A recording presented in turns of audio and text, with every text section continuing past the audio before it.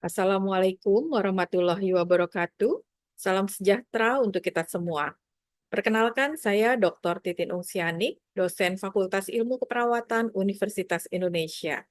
Pada kesempatan ini, saya akan berbagi materi tentang masalah-masalah pada payudara.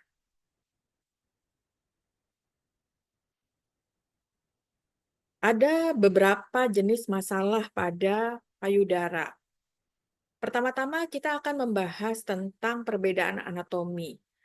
Pada perbedaan anatomi ini, ada istilah yang dikenal dengan mikromastia dan makromastia. Mikromastia adalah kurangnya perkembangan jaringan payudara yang merupakan kondisi bawaan. Pada payudara yang kurang berkembang ini biasanya mempengaruhi harga diri perempuan. Dan hal ini sebenarnya bisa dikoreksi dengan augmentasi. Bisa saudara lihat gambarnya di sebelah kiri atas, ini ada ukuran-ukuran payudara dari A sampai F, mulai dari yang paling kecil sampai yang paling besar. Kemudian di kiri bawah adalah augmentasi, sehingga payudara yang tadinya kecil bisa dikoreksi. Bisa saudara lihat di situ diisi payudaranya sehingga bisa menjadi lebih besar sesuai ukuran yang diinginkan. Selain mikromastia, ada makromastia, yaitu hiperplasia payudara. Di sini payudara biasanya justru sangat besar, berat, dan menggantung. Biasanya juga menimbulkan rasa sakit di leher dan bahu. Dan hal ini juga sebenarnya bisa dikoreksi. Namun, apabila dilakukan pembedahan, ini ada potensi untuk kerusakan pada saluran penghasil susu. Sehingga apabila di kemudian hari perempuan ini ingin menyusui, biasanya akan mengalami kesulitan. Selanjutnya adalah kelainan pada perkembangan payudara. Pertama, mari kita bahas asimetri. Di sini saudara bisa lihat gambarnya di sebelah kanan bawah. Pada payudara kanan dan kiri, ini besarnya tidak sama. Ini yang kita sebut asimetri. Sebenarnya hal ini bisa dianggap normal apabila tidak ditemukan kelainan-kelainan lain yang teraba. Dan hal ini juga bisa dikoreksi ya untuk prostetik ya sehingga bisa meningkatkan kepercayaan diri si perempuan. Namun disarankan operasi tersebut dilakukan setelah perempuan mencapai dewasa. Artinya kalau masih remaja kan payudaranya masih berkembang ya, jadi sebaiknya tidak dilakukan operasi dulu. Kemudian ada supernumerary. Ya, ini saudara bisa lihat gambarnya di sebelah tengah ya. Supernumerary ini apa? Pada perempuan atau pada manusia yang normal payudaranya adalah satu pasang, yaitu satu di kanan dan satu di kiri. Namun pada kondisi supernumerary ini ternyata pada perempuan ini atau pada manusia ini ditemukan lebih dari satu pasang payudara. Dan biasanya payudara tambahan tersebut ini muncul di sepanjang garis payudara atau garis susu yang dari aksila sampai ke selangkangan. Bisa saudara lihat gambarnya ya. Apabila dirasakan kelebihan payudara ini mengganggu, maka bisa juga diangkat melalui pembedahan.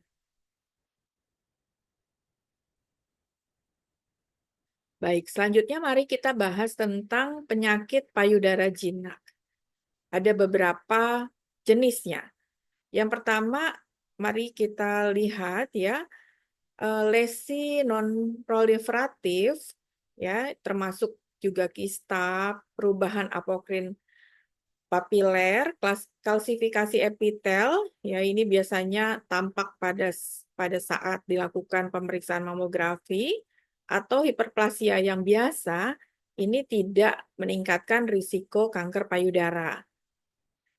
Namun apabila ditemukan lesi proliferatif tanpa atipia, ya meliputi papiloma intraduktal, hiperplasia sedang, adenosis sklerosis, jaringan parut radial, dan fibroadenoma, ini bisa 1,5 sampai 2 kali lipat lebih berisiko untuk menjadi kanker payudara.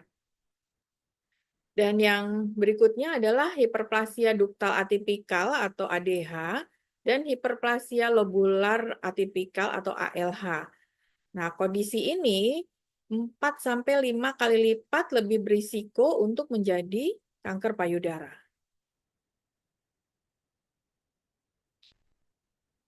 Selanjutnya adalah masa kistik.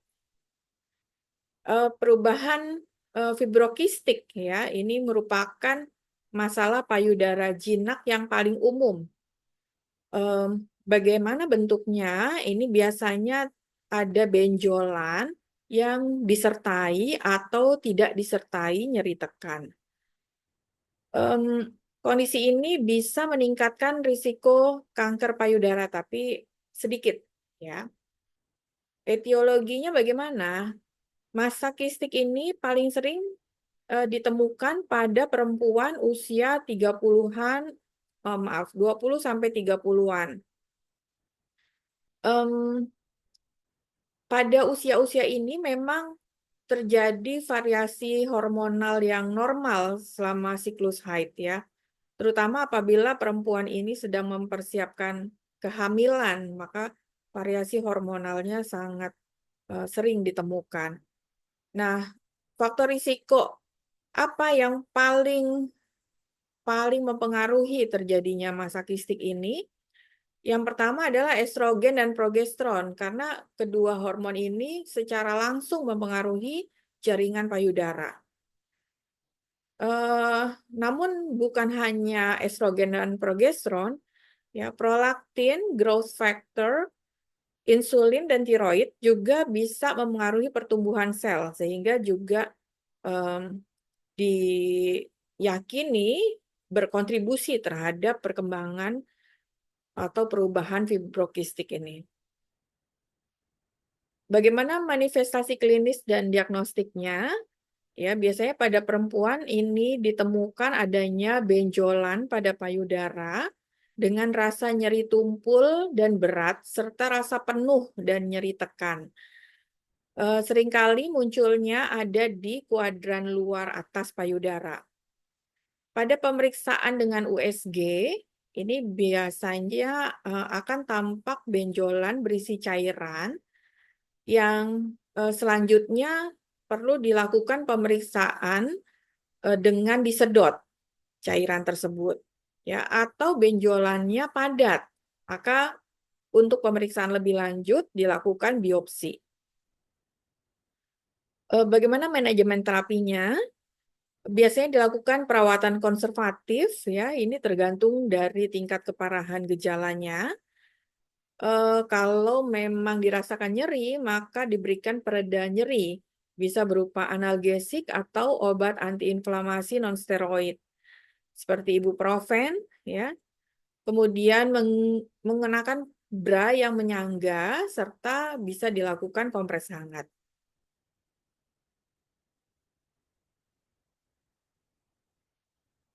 Kemudian masalah yang juga sering ditemukan pada perempuan adalah nyeri payudara atau mastalgia. Ini banyak terjadi pada perempuan, khususnya pada saat perimenopause. Ya, umumnya dikaitkan dengan perubahan fibrokistik. Kalau pada kanker payudara, ini biasanya nyeri payudara ini terjadi pada stadium lanjut.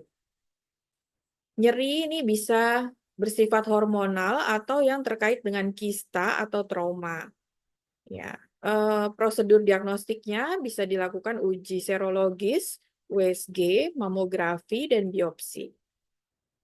Apabila nyeri payudara ini idiopatik ya, tidak jelas penyebabnya apa, maka diobati dengan antiinflamasi nonsteroid.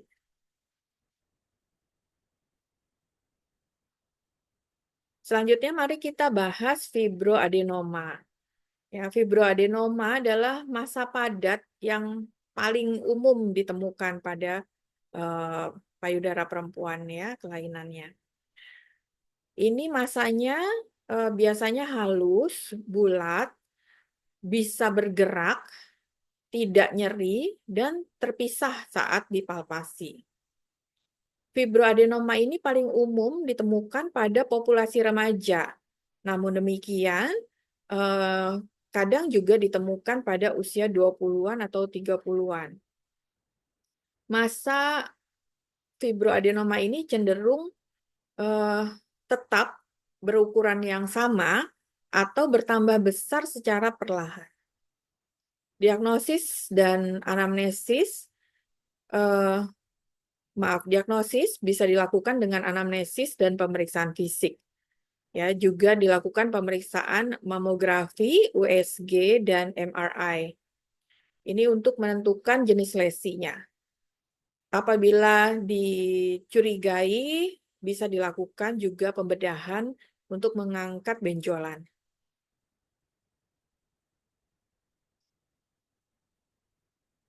Kemudian ada lagi masalah pada payudara adalah keluarnya cairan dari puting susu.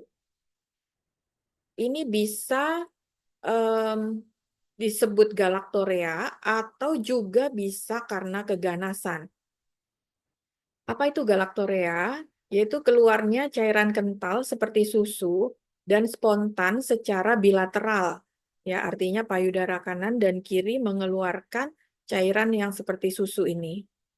Ini biasa terjadi pada kehamilan, itu bisa dianggap normal, atau bisa juga akibat peningkatan prolaktin karena gangguan tiroid, tumor hipofisis, hubungan seksual, makan, stres, trauma, narkotika, obat antihipertensi, dan kontrasepsi oral. Namun keluar cairan dari puting susu ini juga bisa menjadi penanda keganasan. Ya, ini biasanya kalau keganasan keluar cairannya spontan bercampur darah. Dan ini perlu dilakukan pemeriksaan lebih lanjut.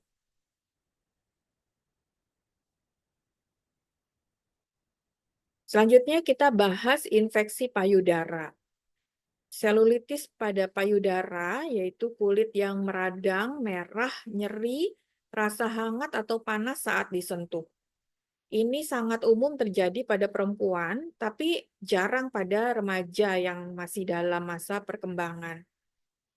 Ada beberapa faktor risiko yang meningkatkan kemungkinan perempuan mengalami infeksi payudara.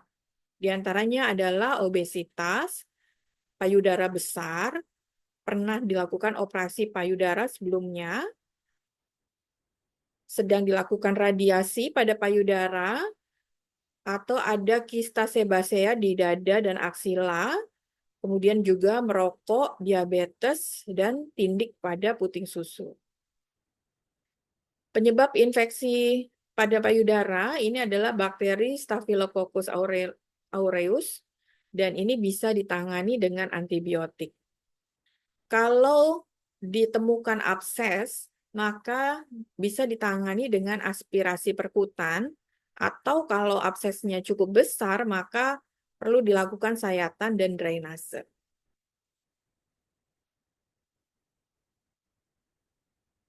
Nah, selanjutnya mari kita bahas tentang kanker payudara. Kanker payudara ini merupakan penyebab kematian akibat kanker yang tertinggi kedua pada perempuan ya.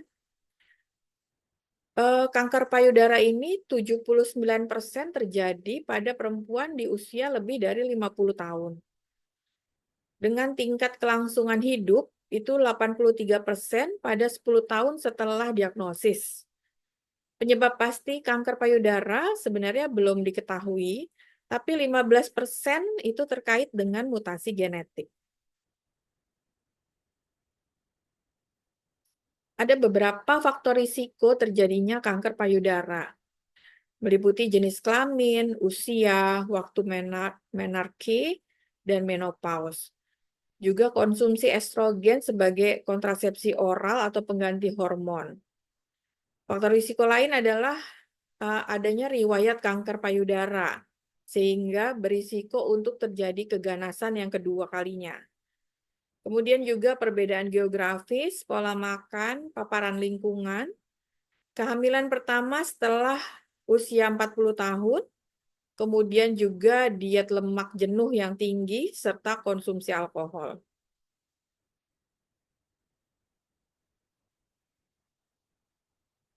Kanker payudara yang paling sering terjadi ini adalah karsinoma duktal invasif yang berasal dari ductus lactiferus dan menyerang struktur payudara di sekitarnya.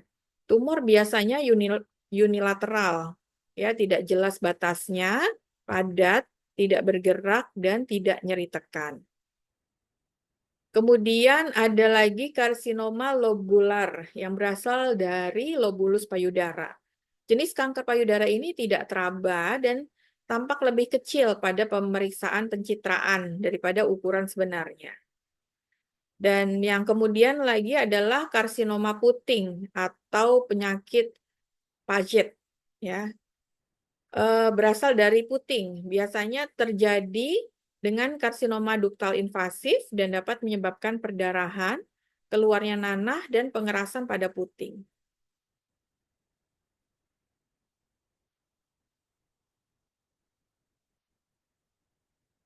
Ya, mari kita bahas patofisiologinya ya. Kanker payudara ini bisa menyerang jaringan sekitarnya sehingga si tumor primer atau tumor asalnya itu tampak seperti tentakel ya atau massa berspikula. Saat tumor tumbuh, fibrosis berkembang di sekitarnya dan memperpendek ligamen Cooper sehingga akan tampak pseudorange ya atau kulit payudara ini tampak seperti kulit jeruk. Jika kanker menyerang saluran limfatik, tumor dapat berkembang di kelenjar getah bening regional dan seringkali menempati kelenjar getah bening di aksila. Ya, bisa saudara lihat gambarnya di sebelah kanan bawah ya. Tumor juga dapat menyerang lapisan luar kulit sehingga menimbulkan ulcerasi. Metastasis terjadi akibat penyebaran sel kanker ke sistem darah dan limfatik, sehingga tumor bisa berkembang di tulang, paru-paru, otak, dan hati.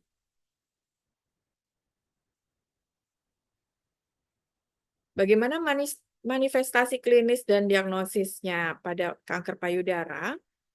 Ya, pertama-tama biasanya teraba benjolan atau penebalan yang tidak jelas di payudara dan tidak disertai rasa sakit. Kemudian juga tampak retraksi puting susu, ya. Jadi puting susunya ketarik ke dalam. Ya, kemudian juga tampak perubahan kulit pada puting susu atau kemerahan dengan edema dan cekungan kulit. Kelenjar getah bening ini perlu diperiksa secara klinis untuk menentukan tingkat stadium klinis. Stadium klinis ini mengurutkan stadium berdasarkan ukuran tumor, kelenjar getah bening, dan metastasis. Nah, bisa saudara lihat di sini stadium-stadium pada kanker payudara ya, mulai dari stadium 0, stadium 1 ya, bisa saudara lihat ini tumornya masih kurang dari 2 cm ya. Kemudian stadium 2A, tumornya 0 sampai 2 cm. Kemudian stadium 2B, tumornya 2 sampai 5 cm. Dan seterusnya ya, stadium 3A, 3B, sampai stadium 4 ya, ini sudah metastasis ya. Silakan saudara baca detailnya di dalam tabel berikut ini ya.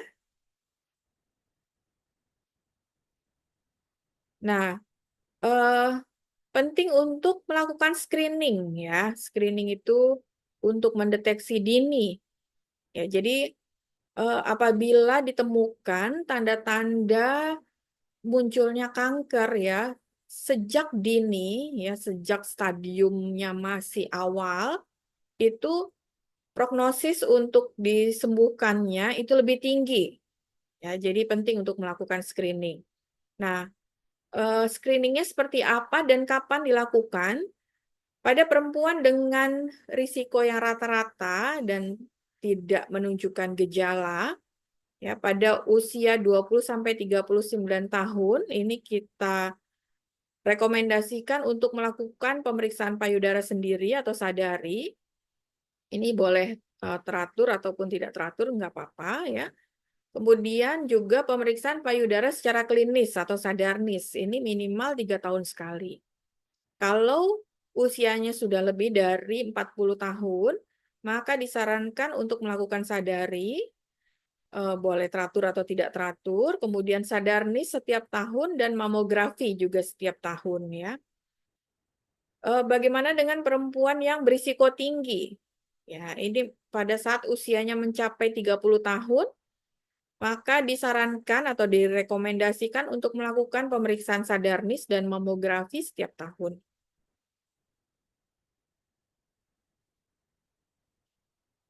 Nah, apa sih mamografi ya? Bisa saudara lihat di sebelah kanan bawah ya, ini perempuan sedang dilakukan pemeriksaan mamografi. Jadi sekalian saudara lihat alatnya ya. Mmm, Sampai saat ini mamografi merupakan standar emas untuk screening dan deteksi dini kanker payudara. Mamografi ini hemat biaya, jadi tidak terlalu mahal ya. Juga non-invasif, ya bisa kelihatan gambarnya ya, ini tidak invasif. Kemudian tersedia dan dapat diterima oleh kebanyakan perempuan ya. Mamografi digital direkomendasikan untuk perempuan kurang dari 50 tahun. Ya, kemudian mamografi ini bisa digunakan sebagai screening untuk perempuan tanpa gejala ya. Namun untuk perempuan yang sudah menunjukkan gejala ya seperti ada benjolan atau keluar cairan dari puting susu dan sebagainya, maka mamogram ini bisa dilakukan sebagai diagnostik. Sekitar 80% kanker payudara dapat diidentifikasi melalui mamografi. Jadi ini eee, bagus sekali untuk dilakukan ya. Nah, mamogram ini dapat ya atau mamografi ya, ini dapat mengidentifikasi adanya kalsifikasi. Ya, kalsifikasi ini ada makrokalsifikasi dan mikrokalsifikasi yang bisa ditangkap oleh mamogram. Eee, ma makro ma Makrokalsifikasi ini adalah endapan mineral yang disebabkan oleh penuaan arteri payudara, cedera lama, atau adanya peradangan. Eee, Biasanya kalsifikasi ini tampak sebagai titik atau garis putih yang besar. Ya, ini merupakan kondisi non-kanker dan tidak perlu dilakukan biopsi. Sedangkan mikrokalsifikasi ini biasanya tampak seperti bintik-bintik putih halus ya, bintik-bintik ini adalah kalsium ya yang berkelompok atau terpisah menyerupai butiran pasir. Ini merupakan tanda kanker payudara stadium awal dan perlu dilakukan biopsi untuk memastikan kondisi payudaranya ya.